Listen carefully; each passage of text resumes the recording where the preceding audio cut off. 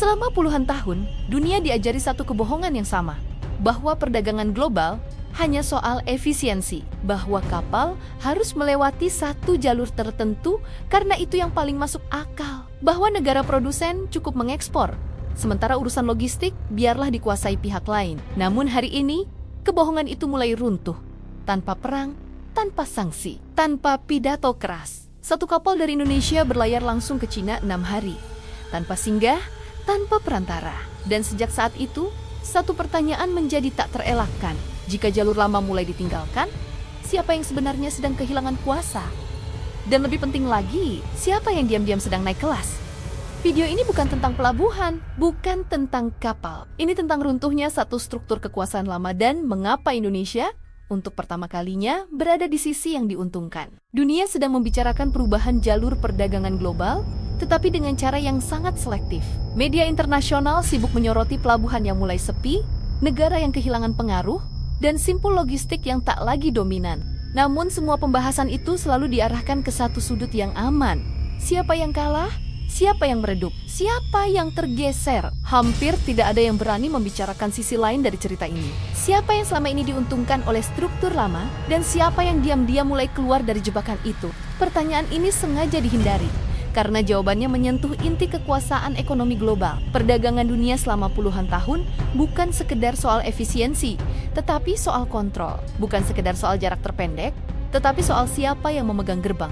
Dan selama ini, gerbang itu tidak netral. Ia dimiliki, dijaga, dan dimonetisasi oleh segelintir elit logistik global yang hidup dari status sebagai perantara. Di tengah narasi tentang Singapura yang perlahan kehilangan posisi nyamannya sebagai simpul utama pelayaran dunia, ada satu perubahan yang jauh lebih penting daripada sekedar penurunan trafik pelabuhan. Ada satu negara yang untuk pertama kalinya mulai keluar dari posisi sebagai objek dalam sistem perdagangan global. Negara itu adalah Indonesia. Selama puluhan tahun, posisi Indonesia dalam peta perdagangan regional bukan sekedar janggal. Ia absurd.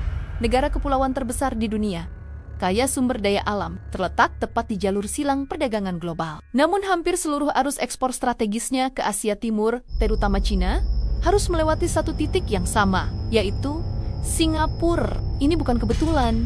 Ini bukan sekedar pilihan pasar. Ini adalah hasil dari desain struktural yang diwariskan sejak era kolonial, diperhalus oleh globalisasi, dan dipertahankan oleh kepentingan ekonomi lintas negara. Indonesia memproduksi barang. Indonesia menanggung risiko produksi. Indonesia menghadapi gejolak harga, tetapi nilai tambah logistik dinikmati pihak lain.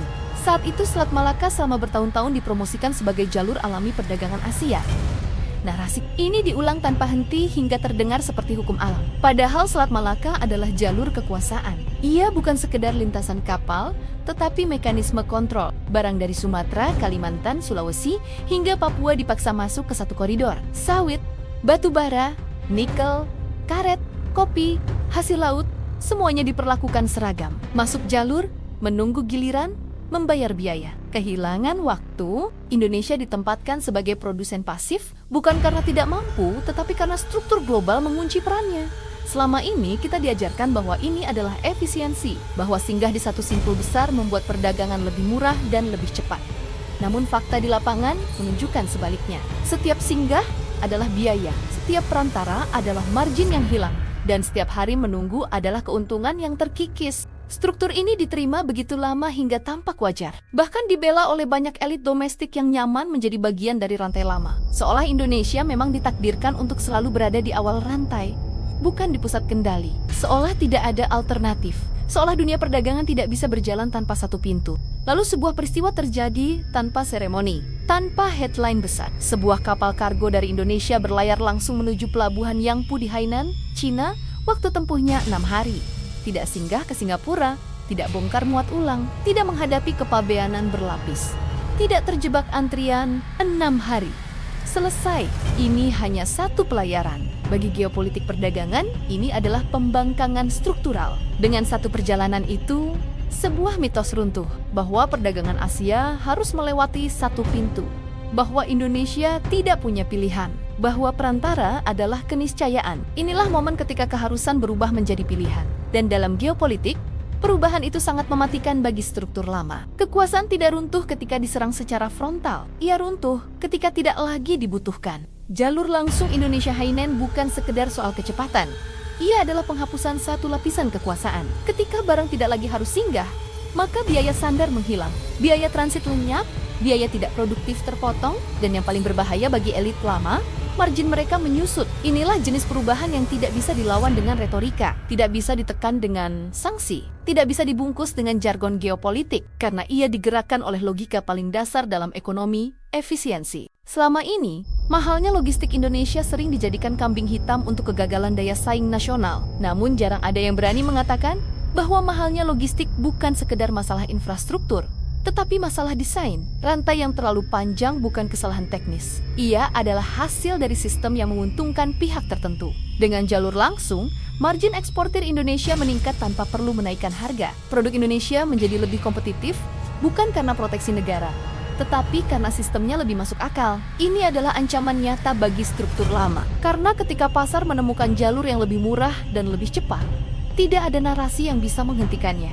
Namun dampak paling dalam bukan soal biaya, melainkan soal posisi tawar. Selama ini Indonesia selalu bernegosiasi dari posisi lemah, bukan karena produknya inferior, tetapi karena jalurnya dikendalikan pihak lain. Ketika satu simpul menguasai arus, ia menguasai waktu. Dan siapa yang menguasai waktu, menguasai harga, jalur langsung mengubah itu. Indonesia kini berhubungan langsung dengan pasar tujuan.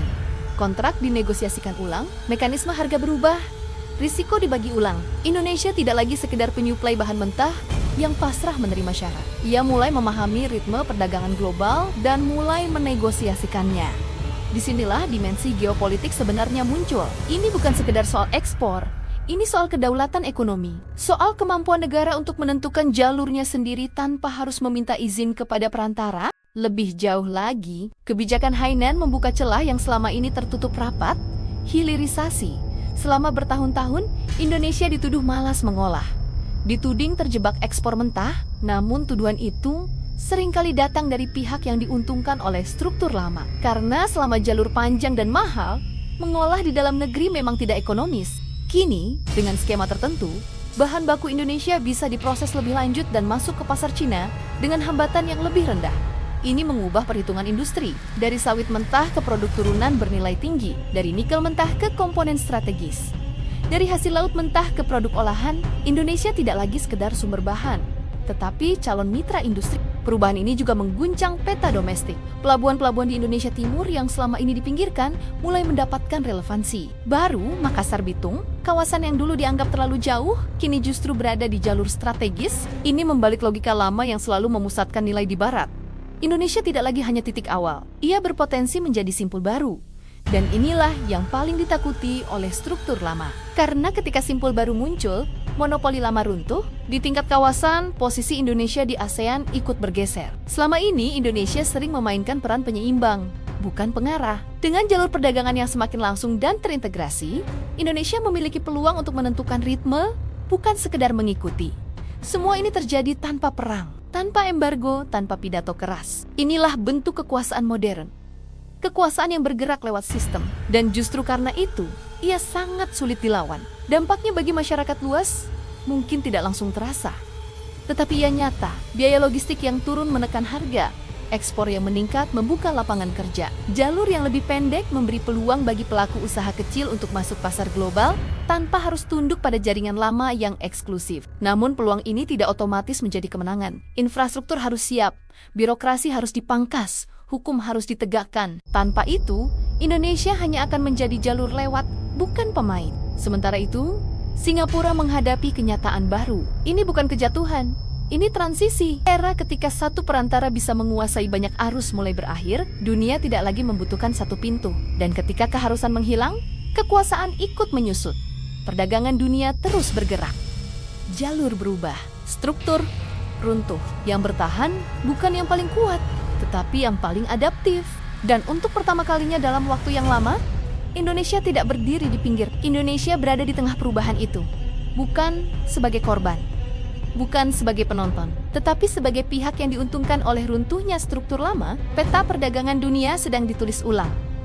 Jalur baru telah dibuka, mitos lama mulai gugur, dan sejarah sedang memberi Indonesia satu kesempatan langka. Pertanyaannya kini, bukan apakah dunia berubah, tetapi apakah Indonesia cukup berani untuk benar-benar mengambil peran di dalamnya. Apa yang baru saja Anda dengar bukanlah akhir dari cerita ini, justru pintu masuknya. Karena setiap krisis yang tampak di permukaan selalu menyembunyikan transaksi, kompromi, dan kepentingan yang tidak pernah diumumkan ke publik. Di channel ini, kami tidak mengejar viral sesaat, kami mengejar pola jejak.